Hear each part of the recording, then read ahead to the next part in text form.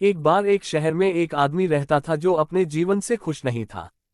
वह हमेशा किसी न किसी समस्या से परेशान रहता था। एक दिन शहर से कुछ दूरी पर एक संत का काफिला रुका। लोगों को उनके बारे में पता चला और वे अपनी समस्याएं लेकर उनके पास पहुंचने लगे। आदमी ने भी संत के दर्शन करने का निश्चय किया। सुबह संत के यहाँ पहुंचने के बाद भी शाम तक उनसे मिलने का मौका नहीं मिला। शाम को जब उसकी मुलाकात संत से हुई तो उसने कहा, महाराज, मैं अपने जीवन से बहुत दुखी हूँ। हर समय समस्याएं मुझे घेरे रहती हैं। कभी कार्यस्थल पर तनाव होता है, कभी घर पर झगड़े होते हैं, तो कभी मैं अपने स्वास्थ्य को लेकर चिंतित हो जाता हूँ। कृपया मुझे कोई ऐसा उपाय बताएं जिससे मेरे जीवन से सारी समस्या समाप्त हो जाए और मैं शांति से रह सकूं। संत मुस्कुराए और बोले, बेटा, आज बहुत देर हो गई है, मैं तुम्हारे प्रश्न का उत्तर कल दूंगा। क्या तुम मेरा एक छोटा सा काम करोगे? आदमी बोला, हाँ। संत ने कहा, हमारे काफिले में 100 ऊंट हैं। मैं चाहता हूं कि आज रात तुम उनकी देखभाल करो। जब सभी 100 ऊंट बैठ जाएं, तो तुम सो जाना। इतना कहकर संत आराम करने के लिए अपने तंबू में चले गए।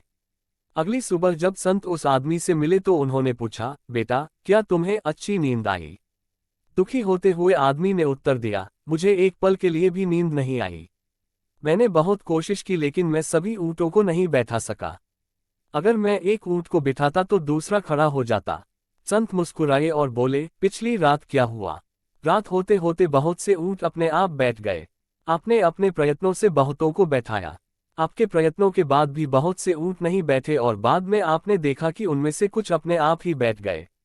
तुम्हें पता है कि तुम कितनी भी कोशिश कर लो, सभी ऊंट एक साथ नहीं बैठ सकते। एक को बिठाओगे तो दूसरा ऊंट खड़ा हो जाएगा। वैसे ही जीवन में समस्याएं होती हैं। कुछ अपने आप खत्म हो जाती हैं। कुछ आप अपनी कोशिशों से सुलझा लेते हैं। कुछ बहुत कोशिश करने के बाद भी नहीं सुलझती।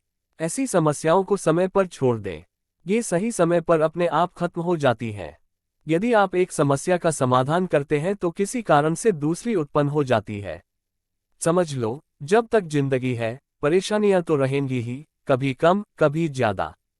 इसलिए हमें इन समस्याओं के बावजूद जीवन को आनंद से जीना सीख लेना चाहिए।